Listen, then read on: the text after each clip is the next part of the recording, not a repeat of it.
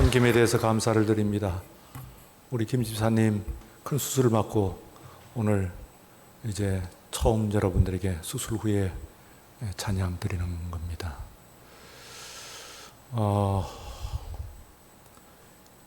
믿음으로 구원을 받는다 하는 것은 종교개혁의 제1명제이었습니다. 1517년 독일의 개혁자 마르틴 루터가 그 당시에 타락한 교회를 상대로 개혁의 기치를 들었을 때 가장 중요한 가르침이 믿음으로 구원을 얻는다 하는 것이었습니다. 오늘 이 시간에 있어서는 그 믿음조차 우리가 다시 한번 검증을 해보고 우선 제1명제에 대한 반박으로서 믿음으로 구원을 얻는 것이 아니다 하는 것으로 여러분들에게 말씀을 드리고자 합니다. 그러면 행위냐? 하면 그것도 아니에요.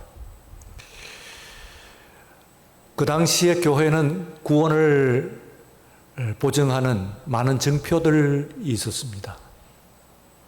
로마 교회의 속전과 그리고 고행과 같은 것들을 통해서 구원의 보증을 하는 것이 있었습니다.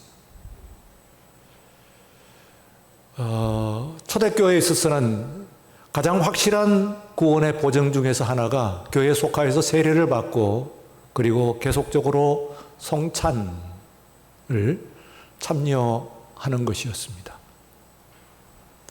그러나 그것이 결코 완성된 것이 아니다. 선 것이 아니다 하는 말씀을 하고 있습니다. 한문 장인 공자입니다. 공자가 참 말 그대로 공교로운 한자라고 생각이 됩니다. 위에 있는 획은 하늘을 가리키고 그리고 밑에 있는 획은 땅을 의미합니다. 그러면 가운데 있는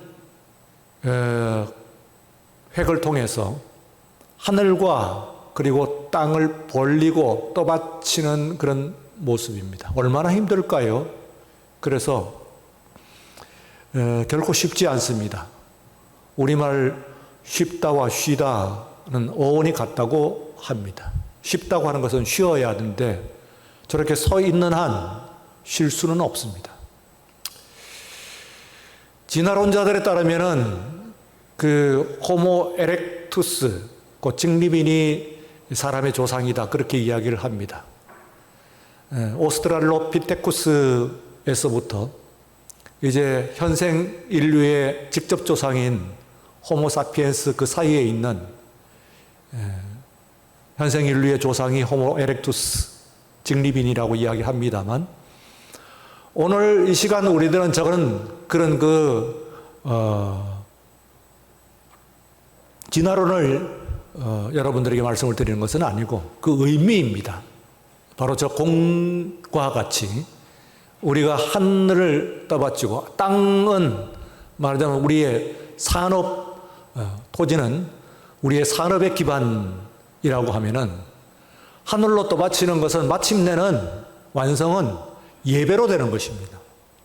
예배에 의해 가지고 인간이 정말 직립하는 그 근본의 의미가 완성되는 것이 바로 이 예배에 의해서 완성되는 것이다.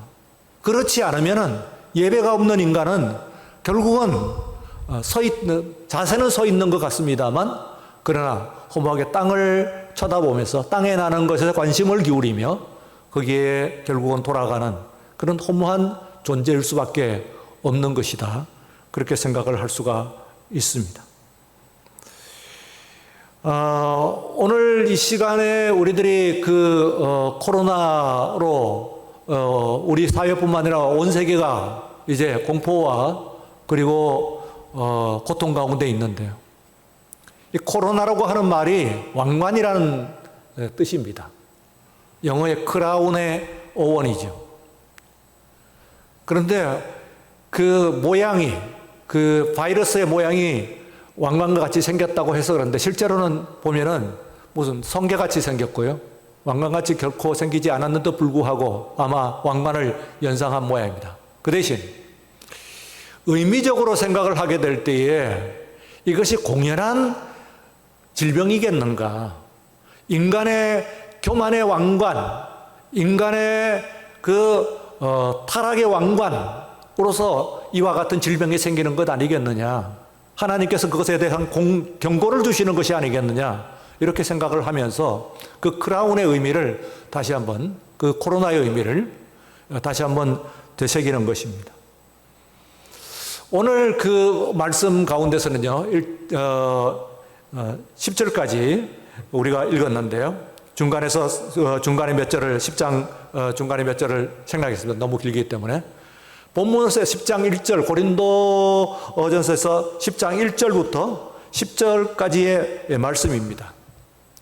이 말씀이 아주 선명하고 단순하고 명료합니다. 정말 중요한 진리는 단순 명료하다고 하는 말씀을 하고 있는데 이 말씀이 그래요. 이스라엘 백성들이 애굽에 있는 동안에 있어서는 그들의 신분을 잊어버리고 그 땅의 종으로서 살아갔습니다. 무려 400년간 그렇게 살았습니다. 그래서 그들은 그들의 이름, 민족의 이름, 고유한 이름조차도 잃어버리고 그리고 히브리 백성으로 살아갔습니다. 히브리라고 하는 것은 애굽에서 사회의 최하층민들을 가리키는 이름이었다고 합니다. 모세가 아기 모세를 태운 실은 이제 갈대상자, 그 갈대상자가 이게 나일강에서 떨어 내려오는 것을 보고 애굽의 공주가 열어봤을 때 거기 아기가 있는 것을 보고 이것은 히브리인의 아이로다 그렇게 얘기했습니다. 공주이기니까 세상이 어떻게 돌아가는 것을 다 알고 있습니다. 갈대상자의 아이가 누워 있다고 하면 무수히 어떤 일이 일어난지 하는 것을 거의 짐작을 한 것입니다. 히브리인의 아이다 그렇게 이야기했습니다. 그러나 우리들이 출애굽기 1장을 열면은 바로 1장 1절부터 이스라엘이라고 하는 이름이 납니다. 그야말로 400년 지나서 다시 복원하는 이름이 되는 겁니다. 출애굽과 함께 그 이름이 시작이 됩니다. 실제적으로 이스라엘이 하나님의 자녀가 되는 것은 그 지역의 경계로 보게 되면 홍해라고 하는 바다를 건너면서 시작이 됩니다.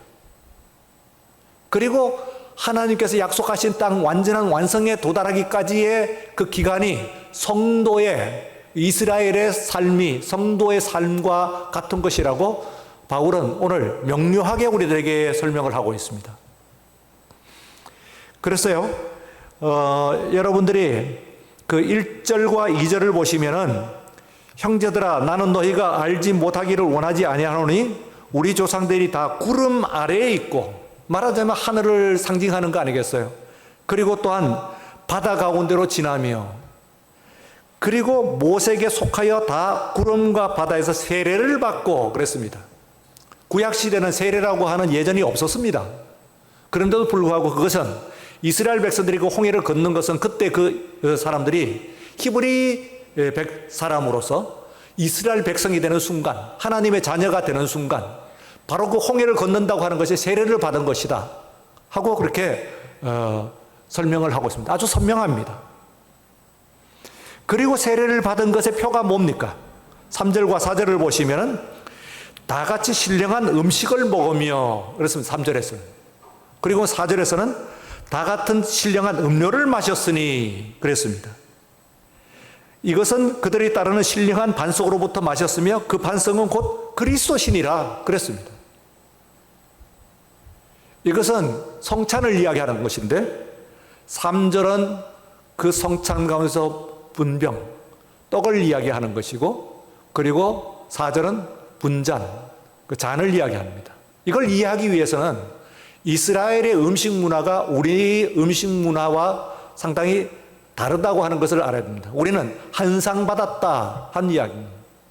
큰 상 위에다가 밥과 국과 나물과 고기와 찌개와 막 많이 버리면 버릴수록 한 상 큰 상 받았다 하고 많이 올라와요. 한 상에 많은 것들이 올라옵니다. 그러나 이스라엘의 음식은 그렇지 않습니다. 특별히 유월절 음식인데 예수님께서 마지막에 유월절 음식을 드셨는데요. 유월절 음식은 코스 요리로 되어 있습니다. 이스라엘 백성들이 하는 것이 코스 요리로 그렇게 되어 있습니다. 그래서 이 음식은요, 총 7개의 코스로 되어 있습니다. 제일 먼저 이 음식을 그래서 세데르라고 하는데요. 6월절 음식이 연다는 뜻입니다. 그건 말하자면 의미를 그게 부여를 했다고 하는 것인데, 그 7개가 한 번에 나오는 것이 한 번에 차려지는 것이 아니라 차례로 나오는 것입니다. 제일 먼저 나오는 게 하로세라고 해서 6월절 과자입니다. 꿀과 사과와 그리고 견과류 같은 것을 섞어갖고 만든 과자입니다. 아주 맛있죠. 그런데 그 음식을 먹고 다음 두 번째 코스가 쓴나물, 고추냉이 이런 것들이 나옵니다. 아주 쓰고 맵고 그런 것이죠. 앞에 있는 단 것을 아주 최고로 꿀을 섞은 과자로서 아주 단 것을 먹은 다음에 두 번째 코스가 바로 이 쓴나물 그리고 아주 매운 음식 이런 것들이 나옵니다. 그것은 말하자면은 광야에서의 이스라엘 백성들의 조상들의 고난을 의미하는 것이죠. 그렇게 해가지고요, 그 뒤에서 떡도 나오고 빵이죠. 그리고 절정은 고기입니다. 양고기. 그리고 마지막에 나오는 것이 포도주예요. 6월절 음료입니다. 물론 사람들에 따라서 그 집안의 형편에 따라 가지고 이 7가지 코스를 모두 다 하는 것은 아니고 몇 가지로 줄이기도 하고 한 5가지, 3가지 정도로 줄이기도 하고, 예수님께서는 이제 그 자리가 예수님께서 늘 거하시던 자리가 아니고 남의 집을 빌린 그런 자리이고 급히 만든 그런 식탁이기 때문에 2가지로 이루어졌어요. 하나는 음식, 떡과 그리고 뒤에 있는 포도주입니다. 음료입니다. 한 상에다가 떡이 올라오고 그 다음에 음료가 올라와 있는 것이 아닙니다. 떡을 먹은 다음에 다음 순서로서 음료가 제공이 되는, 말하자면 2가지지만 그래도 그것도 코스입니다. 그 의미를 다 부여하는 것이죠. 그때마다 몇 가지든 간에 이것은 어떤 그 의미를 가지고 있는 것으로, 그래서 그 의미를 말하자면은 부여하고 설명을 해줍니다. 이 6월절 과자는 어떤 것이다, 이 쓴나물은 어떤 것이다 하고 설명을 하게끔 되어 있어요. 그 예수님께서 설명을 합니다. 이 떡은 어떤 것이다, 이 잔은 어떤 것이다 하고 설명을 해주는 모습이 나타납니다. 6월절의 음식이 그렇게 되어 있습니다. 그런데 이 광야를 건너는 그 순간에 하나님의 백성이 된 이스라엘이 세례를 받았어. 이제 하나님의 자녀들이 되었는데 그 광야에 들어서 가지고는요, 그래서 먹는 양식이 있어요. 만나와 그리고 메추라기죠. 그런데 그것이 신령한 음식을 먹었다. 그리고 또한 그 이후에 나오는 코스로서 바위를 깨트려 가지고 생수를 마셨을 때 그것이 성찬에 있어서의 음료와 같은 것이다. 포도주와 같은 것이다. 그래서 그것이 곧 그리스도다, 그들에게 있어서는. 그래서 이스라엘 백성들이 홍해를 건너서 세례를 받고 그리고 만나와 메추라기로 음식을 먹고 그리고 또한 바위를 깨뜨려서 물을 마신 것은 성찬식에 참여를 한 것이라고 이야기를 한 것입니다. 아주 내용이 분명하죠. 근데 그 다음에 문제가 있습니다. 그래서면은 그것이야말로 초대교회, 특별히 고린도 교회에 있어서는 예수 믿는 구원받는 확실한 보증이 될 것으로 생각을 하는데, 그 뒤에 이제 얘기입니다. 그러나 하나님께서는 그들의 다수를 기뻐하지 않으심으로 광야에서 그들이 멸망을 받았어요. 누가? 세례를 받고 그리고 계속적으로 가면서 성찬을 공급받았던, 신령한 음식을 먹고 신령한 음료를 마셨던 그 사람들을 다 기뻐하지 않으시고 많은 사람들이 멸망을 받았다는 이야기입니다. 그것이 오늘 우리에게 본보기가 된다고 하는 것은 초대교회 혹은 어느 교회든지 구원의 확실한 보증이 있다고 하는 생각에 대해서 반박을 하시는 거예요. 여러분들이 8절과 7절, 8절, 9절, 10절을 보시면은 7, 8, 9, 10을 보시면요. 그 앞에 시작하는 문구가 있습니다. 그래서 거기에서 아주 특별합니다. 7절에 뭐라고 그러냐면은 그들 가운데 어떤 사람들과 같이, 그러니까 홍해를 건너고 하나님의 자녀가 되어서 신령한 음식과 신령한 그 음료를 먹고 마시는 가운데 그들 모두를 받아주시지 않고 그들 가운데 어떤 사람들은 우상숭배함으로 말미암아 하나님으로부터 떨어졌어요. 또한 8절에서는 음행하다가 23,000명이 죽었어요. 그들 중에 어떤 사람들이라고 했어요. 9절에 보시면은 그들 가운데 어떤 사람들, 주를 시험하다가 뱀에 물려서 죽었어요. 10절에 보시면 저희 중에 어떤 이들은 원망하다가 멸망시키는 자에게 멸망을 당했어요. 우상숭배하다가, 음행을 하다가, 시험하다가, 원망하다가 그들이 하나님의 자녀가 되었음에도 분명하도 그들 모두가 하나님의 구원을 받은 것이 아니다 하는 말씀을 가지고 당시에 고린도 교회에, 그리고 또한 그 당시에 있는 초대교회에 경고를 하는 것이라고 볼 수가 있습니다. 그렇다고 한다면은 믿음으로 구원을 받는다고 하는 이 말도, 이게 개신교의 첫걸음인데요. 그와 함께 우리들이 구원을 받은 증표가 뭐가 있습니까? 다른 것은 몰라도요. 우리는 로마 교회와 같이 어떤 고난이나 혹은 이런 것들을 가지고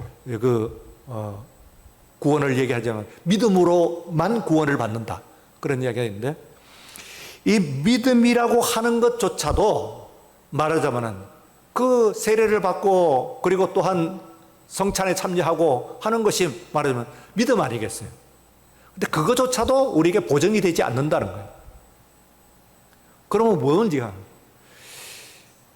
우리가 믿음으로 구원을 받는 것은 나의 믿음이 되었을 때는 구원을 받지 못하고 나의 공적, 나의 공로로서의 그 믿음입니다. 그것은 구원을 받지 못하고 내가 믿는 그 하나님의 은혜로 구원을 받는 거예요. 나의 믿음조차도 공적이 될 수가 있어요. 어떤 강요에 의해서나 열띤 분위기에 의해서나 혹은 어떤 자기 자신의 도취에 의해서 나는 확실히 구원을 받은 줄로 믿습니다 하고 100% 확신을 한다고 보십시다. 나는 구원에 대한 확신이 100%입니다. 그런데 엄밀하게 보면은 100% 구원의 확신을 받았다고 해서 구원의 100% 확신이 있다고 해서 구원을 100% 받는 것이 아니에요. 정말 구원을 받는 것은 내가 그렇게 확신하는 것 속에 있는 하나님께서 주시는 은혜 가운데서, 은혜라고 하는 것은 뭡니까? 주도권이, 그 결정권이 하나님께 있습니다. 그러므로 내가 믿음 세례를 받았든지 거룩한 음료를 마셨든지 먹고 마셨든지 음식을 먹고 마셨든지 혹은 어떤 믿음을 가지고 심지어는 선행을 했든지 고행을 했든지 헌금을 많이 했든지 어느 동안 봉사를 했든지 하는 것이 내 구원의 보증이 되지 못해요. 그 어떤 것도 보증이 될 수가 없습니다. 우리의 직위도 마찬가지죠. 저는 그 신학 공부를 하고 그리고 목사가 되었습니다. 그리고 학교에서 학생들을 가르쳤습니다. 무려 지난 학기가 62학기에 걸쳐가지고 학생들을 끊임없이 가르쳤어요. 30년이 넘는 그런 긴 시간입니다. 그리고 또한 목회자로서는 이제는 관록이 이만하면 있다고 생각할 수가 있어요. 그러나 저의 직위가 제 구원을 보증하지 못합니다.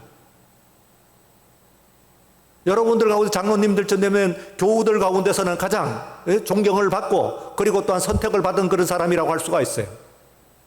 여러분들의 직위가 여러분들을 구원을 하지 못합니다.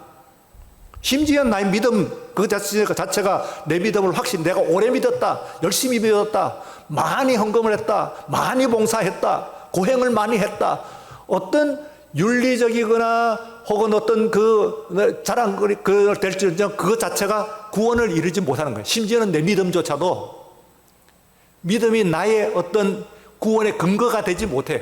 그 믿음 속에 있는 내가 뭘 믿느냐 하면 내 구원은 오직 우리 주 예수 그리스도의 십자가의 공로에 의해서 내가 구원을 받는 줄로 믿습니다 하게 되면은 그 믿음이 내 공로가 아니고 그 속에 있는 예수 그리스도의 십자가의 공로예요.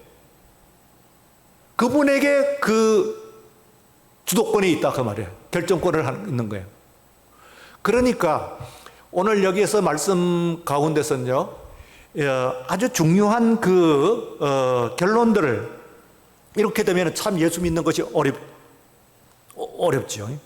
그런데 이 말씀 가운데서 9절 마지막 10절과 9절과 10절 10절과 11절 아닙니다. 미안합니다. 12절과 13절에 있는 말씀, 여기에서 이제 지금 그 메시지예요. 가장 이제 그 결론의 메시지예요. 근데 두 개가 이렇게 말하자면 좀 다릅니다. 하나의 그 양손에 잡아야 될 좀 대칭적인 그런 진리예요. 이걸 두 개를 합해야 우리가 오늘 말씀을 받을 수가 있어요. 야긴과 보아스와 같이 성전을 바치는 그 12절에서 보시면은 그런즉 선줄로 생각하는 자는 넘어질까 조심하라 그랬어요. 나는 섰다 말이지. 아까 공짜와 같이, 예? 장인 공짜와 같이 나는 하늘을 바쳤다. 땅도 제대로 섰고 그리고 사람다운 행실을 했고 그리고 올바른 삶을 깨끗하고 올바른 삶을 살았고 하나님께 예배도 제대로 드렸다 말이에요. 하고 자기가 선줄로 생각을 하면은 넘어질까 조심하라 하는 이 말씀은요, 아주 중요한 우리의 신앙의 그 모습을 가르쳐 주는 겁니다. 우리가 이 땅에 사는 동안에, 다시 말해 홍해를 걷는 그 순간에 하나님의 자녀가 되었지만 마지막에 하나님의 약속하신 나라에 이르는 그 과정이 오늘 우리가 살아가는 이 땅의 삶이에요. 성도로서의 이 삶에서 확실한 보장은 없어요. 사실은 그 어떤 것도 우리들의 구원에 확실한 보장이 안 돼요. 심지어 믿음도 그것이 내 공적인 한 그건 안 되는 거예요. 그 믿음 가운데 있는 하나님으로부터 구원이 이루어지는 것이죠. 그래서 우리가 믿음으로 구원을 받는다고 하는 것은 바로 그 믿음 가운데 있는 하나님께서 역사하심으로 구원을 받는 것이지, 그 믿음이 확실한 나의 공적이 되어가지고 어떤 윤리적인 어떤 내 자랑거리가 되어가지고 내가 이만큼 체험하고 이만큼 믿음을 확실하게 가지니까 구원을 받는다는데, 구원이 아무리 확실해도, 구원의 확신이 아무리 분명해도 여러분 구원 못 받습니다. 왜요? 그것이 내 것인 양 그래요. 하나님 그러세요. 그 안에 있는 하나님께서, 그 믿음 안에 있는 하나님께서 나에게 구원을 주시는 거라고요. 그러니 참, 이것이 퍼머넌트 개런티라고 하는데요. 영구한 그 보증은 없어요. 이 땅에 사는 동안에. 우리가 늘 그래요. 그런데, 그러면서도 13절에 그와 함께 은혜가 있습니다. 예. 그것은 사람이 감당할 시험 밖에는 너에게 당한 것이 없나니 오직 하나님이 미쁘사 너희가 감당 못할 시험 당함을 허락하지 아니하시느니라. 이 어렵고, 그리고 말하자면 좀 영구한, 좀 손에 쥘 수 있는 확실한 그런 구원의 보장이 있었으면 좋을 것 같은데 안 된다 말이야. 어느 순간도 섰다고 생각을 하는 순간 넘어지는 것이에요. 참 많이 봤어요. 여러분들도 보시겠습니다만 저도 오늘에 이르기까지 참 많이 봤어요. 저 사람은 섰겠거니 하고 생각을 했는데 그것이 곧 그에게 있고, 한국 교회도 마찬가지예요. 지금 우리가 20개월째 코로나 상황을 당하고 있습니다. 어떻습니까? 그전과 지금 한국교회 위기를 이야기를 하고 그러는데요. 어떤 의미에서는요, 이 20개월 동안에 한국 교회가 정화되는 순간 기간이라고도 볼 수가 있어요. 말하자면 그전보다는 더 깨끗해진 것이지. 우선 진지해졌어요. 한국교회 135년 역사에서 이렇게 진지했던 역사가 많지 않아요. 특히 근자의 몇십 년 동안에 있어서는 진지하지 않았어요. 당연히 주일 되면 오는 줄로 생각을 했지요. 그러나 오늘 저는요, 여러분을 살피는 것이 별로 그전 같지 않아요. 어느 분이 오셨나 하고 소위 조마조마한 마음으로 여러분들 지금 살피고 있습니다. 어느 분이 오셨나, 혹은 어느 분이 빠지신 것 같은데, 오늘 못 본 것 같은데 하는 거예요. 예배에 대해서 진지해졌어요. 여기요. 적어도 그 하나만 하더라도 우리가 그전보다도 한국교회는 20개월 전보다는 성숙해진 겁니다, 지금.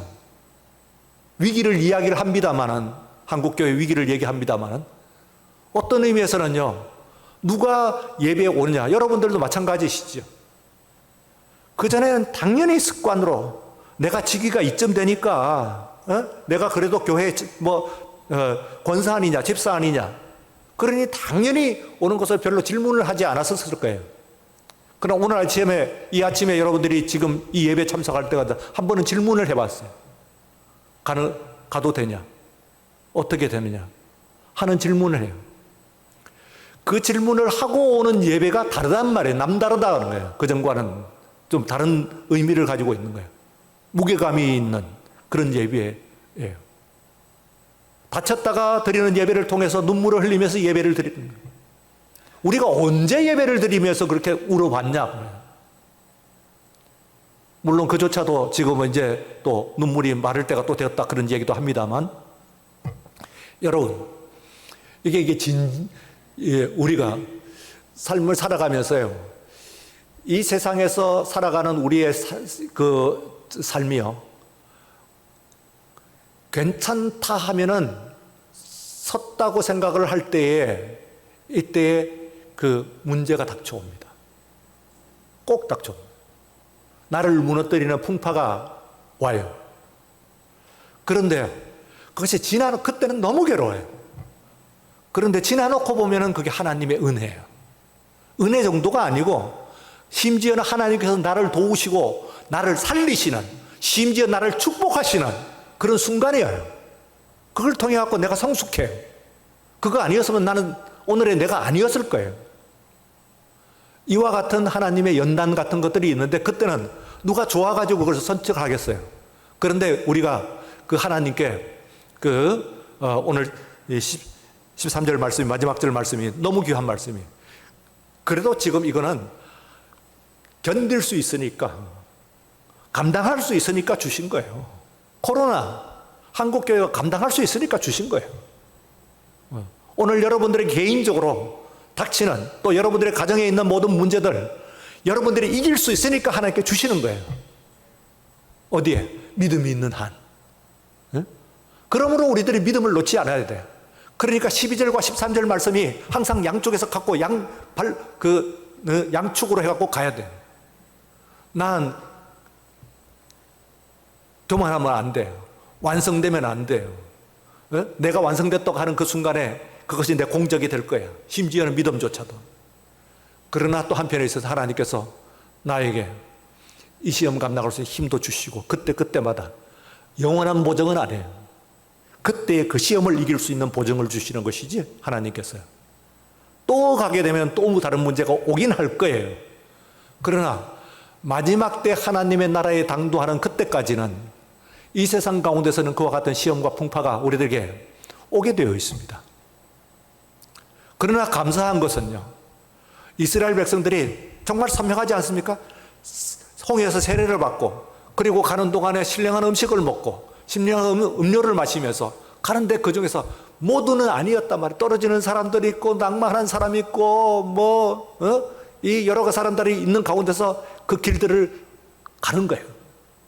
나의 믿음의 길들을 앞을 향해서 앞으로 가고 있는 가운데서 오늘 이 시간 이 예배가 있고, 오늘 하루가 여러분들에게 있습니다. 지금 현재의 여러분들의 모습과 교회의 존재가 있습니다. 여러분들은 그것을 생각하게 되면은 말하자면 그 좀 더 뭐 소성적, 대성적 그럽니다만 대성적 차원에서 우리가 믿음을 볼 수가 있게 돼 있어요. 아, 하나님께서 지금 한국 교회에 은혜를 주시는 거구나. 코로나라고 하는 것을 통해 가지고 그렇지 않았으면 느슨해지고 그렇지 않았으면 우리가 허물어지고 귀히 여기지 않았던 것을 새롭게 보면서 예배 한 시간부터도 그것이 너무나 귀한 것이고 하나님 참 이게 은혜인 줄로 믿습니다 하고 믿음으로 나올 수 있는 우리에게 그 연단을 주시는구나 하는 생각을 하게 되면은 그 관점이 새로워져요. 여러분들에게 닥쳤던 고난도 새로운 관점에서 해석할 수 있어요. 그리고 내일을 향해서 이 어려움을 넘어서서 나갈 수 있는 믿음과 용기를 주실 줄로 믿습니다. 그 믿음으로 함께 나가시는 우리 모두가 되시기를 주 이름으로 축원합니다. 거룩하신 하나님 아버지 감사합니다. 복된 은혜로운 주일 주셔서 감사합니다. 이거 우리의 공로로 내 발로 나온 줄로 생각을 했습니다. 그러나 하나님께 부르신 것을 하나님께 닫으시면 이 예배조차도 닫혀진다고 하는 것을 오늘 우리들은 철저하게 학습을 했습니다. 이 기간 가운데서 우리가 성숙한 믿음, 하나님께 주시는 조심스러운 이 믿음, 어느 순간에도 완성은 없으며 또한 우리들을 갖고 있는 하나님께 내세울 것이 없다고 하는 그 사실, 오직 그때그때마다 피할 길을 주시고 그때그때마다 지혜를 주시고 그때그때마다 우리에게 힘과 능력을 더하여 주셔서 오늘 나에게 당한 이 믿음을, 어려운 문제를 이겨낼 수 있는 힘을 주신 것을 감사드리오니 오늘 이 시간 우리들의 심령을 강건케 하여 주시옵소서. 각자의 문제를 이길 수 있는 힘과 믿음과 용기를 허락하여 주시고 교회로 하여금 오늘 이 어려운 이 시험, 시련을 이겨낼 수 있으며 이 가운데 있는 하나님의 축복을 깨달을 수 있도록 인도하여 주시옵소서. 감사하며 예수님 이름으로 기도드리옵나이다. 아멘.